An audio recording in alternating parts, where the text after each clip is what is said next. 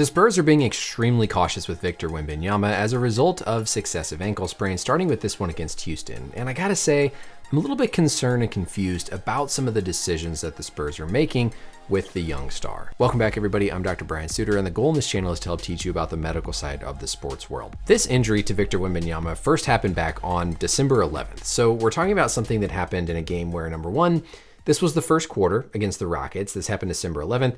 He didn't even miss the subsequent games and didn't miss any time during this game, but now seems to be sort of snake bit by this initial ankle sprain that's causing the Spurs to have this minutes restriction and even saying that he can't play back-to-back games for a couple of weeks. Pop said just a couple days ago that Wembanyama is going to have a minutes restriction and won't play back-to-back games until the team gets some updated imaging, presumably an MRI scan in a couple of weeks. And I've got a lot of just questions, thoughts about this whole situation because none of this is what we would think of as traditional sort of textbook sports medicine. First of all, let's talk about the injury. So of course, this was the play. We're talking about the right ankle from Wembanyama, and we can see that his ankle goes into a classic inversion position. So here, the outside of his ankle rolls down towards the ground.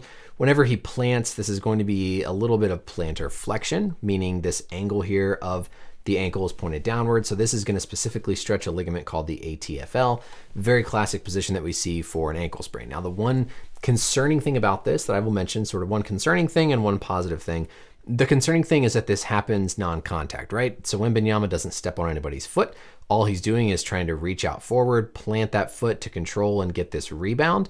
And we see him turn the ankle. Now, in this case, what probably happened here, as opposed to a true lack of neuromuscular control, is he looks down at the last minute at where the out of bounds line is, and he's probably trying to adjust his footwork, his position because of where that out of bounds line is, which I understand, but still this happens a lot in a basketball game. And so it does always concern me when we see these non-contact, just casual looking incidental ankle rolls in players, suggesting that there's some deficiency in their ability to control as that foot comes down, that ankle in nice stable position and keep it from rolling inward. This is about the static stabilizers of his ankle ligaments not being loose enough to where it rolls. It's about the active stabilizers in the muscles around his ankle to help support that. And so when we see these happen on contact, it's very reminiscent of Steph Curry. I do have some concern. The good thing, presumably, is that this wasn't bad enough that he was able to keep playing. So what that probably means is that he just has a lot of natural laxity in his ankle ligaments and just a lot of passive laxity in that ankle joint. Good or bad. If you have a lot of laxity, that means when you stretch the ligaments, they're already going to be stretched, and so you might not hurt them, you might not injure them as much. But if there is that underlying laxity, it makes you more prone to these repeat sprains. So it can be a little bit of a double-edged sword, but likely, of course, is what we were initially dealing with. Next, we'll take a look at our biodigital anatomy tool to see these ligaments and then touch on when he re-injured it and this subsequent management. But first, I want to give a quick shout out to the sponsor of this video. This video is sponsored by Geology. Geology is a 22-time skin, hair, and body care company with products centered around a handful of ingredients that have been proven and trusted by dermatologists for decades. When you just go to the store, skincare kind of feels like a gamble, right? But Geology is going to help design programs tailored just to you. And their skincare products have become part of my daily routine. I start my day off with an everyday face wash, followed by a vital morning face cream. Then in the evening, repeat the everyday face wash, followed by a nourishing night cream and an overnight repairing eye cream. They're simple and effective and take the guessing game out of taking care of your skin. And right now, for a limited time, they're gonna hook you up with an insanely awesome deal. Right now, if you use my code Brian70, they're gonna give you 70% off their award-winning skincare trial set. There's even more. They're also gonna give you 50% off when you add on one of their skin, hair, or body add-on products to your skincare trial set. Not only is Geology the best in the skincare game, but they've also released a lot of amazing new hair, body, and skin products that I love using. In particular, their hair co-wash is fantastic. They also have some really great body washes. So there's things for you to check out no matter what you're looking for that personal care routine. So take advantage of this fantastic offer today and do something to not only step up, but also simplify your skincare routine. Thank you again to Geology for sponsoring today's video, and let's get back to our learning.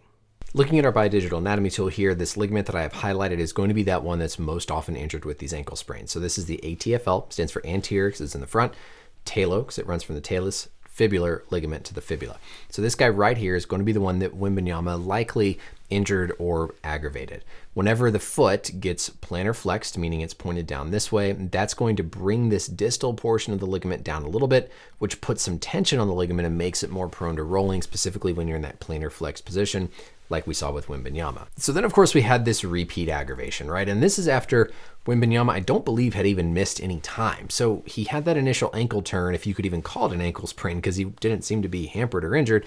And then in pregame warmups, of course, we all saw he stepped on one of the ball boy's feet here and suffered another inversion and another kind of sprain to that ankle. We can see as he comes down, a little bit hidden here, but right there he steps, that awkward, now this is going to be contact, unexpected landing, causes that ankle to invert. But even in this game, Wembanyama came back out, warmed up, looked really good, but then it seems like after talking with Popovich, everybody made the decision to sit him out, and that's where we are today with this whole 2 weeks of no back-to-backs and this need for a repeat MRI. The Spurs are in a really delicate situation, and this might bring back some memories of what they underwent with Kawhi Leonard.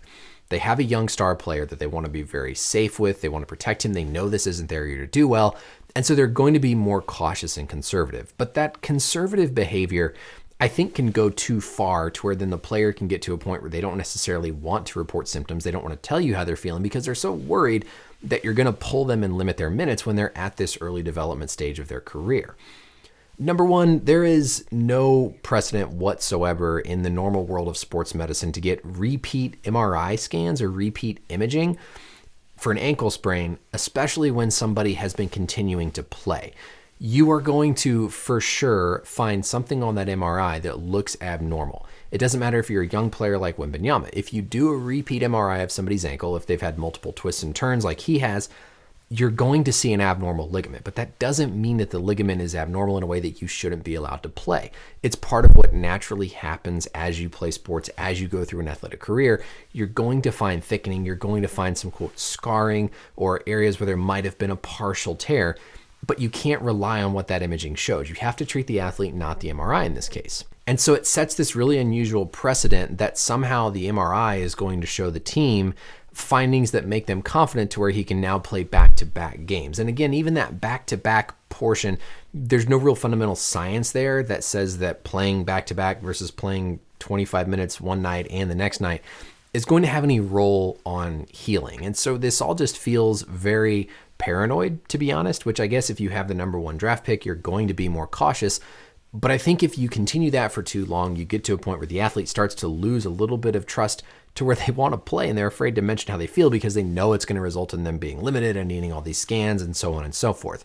And so you run a risk of treading down a slippery slope here. I can guarantee you in the normal world of sports medicine, we are absolutely not getting repeat MRIs for ankle sprains. Most of the time we don't get an MRI period up front when somebody has an ankle sprain. And so in this case, it's probably coming from the front office. I can't imagine the Spurs medical staff sees value in repeating an MRI because they have to be well-trained, experienced physicians. And so I suspect this is probably more the front office. This is probably more Popovich saying they think the MRI is going to have some value to make them feel more confident allowing him to play. And so it's a really interesting situation, and I think they're probably more sensitive to it again because of what they went through with Kawhi. Wembanyama is going to sprain his ankle again in the future. And so what goes to say that the next time he sprains it, you're not going to have to put yourself in the same situation of keeping him out back-to-backs, getting repeat MRIs. And so I think this is just a sign of a medical team that is a little bit sensitive to things, a front office that's maybe a little bit sensitive to things early on. But know that when you see the story, no, this is not traditional sports medicine. This is a very clear example of what a professional team with unlimited resources is going to do that really doesn't even have any validity in changing the management of what you do. And like Wembanyama's looked really good. We saw him just make this move the other night. I mean, he shows no signs that he's being hampered by an ankle injury. And so again, what are you going to do if this MRI shows there's still some evidence of like an abnormal signal in the ATFL ligament?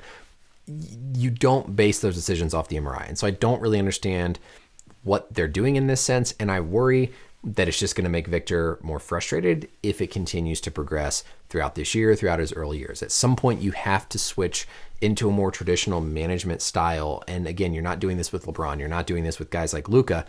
And so at what point do you make that decision before a player potentially starts to have some issues with how things are being managed? I think you have to base this off of how a player looks and how they feel, not the imaging. For example, see how Wembanyama responds the day after a game. If he's doing well, if there's no swelling, if there's no pain, let him keep going, gradually increase his minutes. I'm okay with the no back-to-backs. I'm okay with managing his limits up front. What doesn't make sense is the imaging. And so you go off of his symptoms, you let him progress back based on how he's feeling, and then if there's any new injury, if there's any change in symptoms or new concerns where the MRI might tell you different, then you get an updated MRI. So that's it for the video, everybody. Let me know, as always, questions or comments down below. First video of 2024. Very excited for the new year. Hope you all have a great new year as well. And let me know your thoughts about this whole situation. Do you think it's good the Spurs are being really cautious? Do you wish they kind of would take the training wheels off of him, so to speak? And what are your thoughts about this whole MRI situation? Thank you again for watching, and I'll see you in the next video.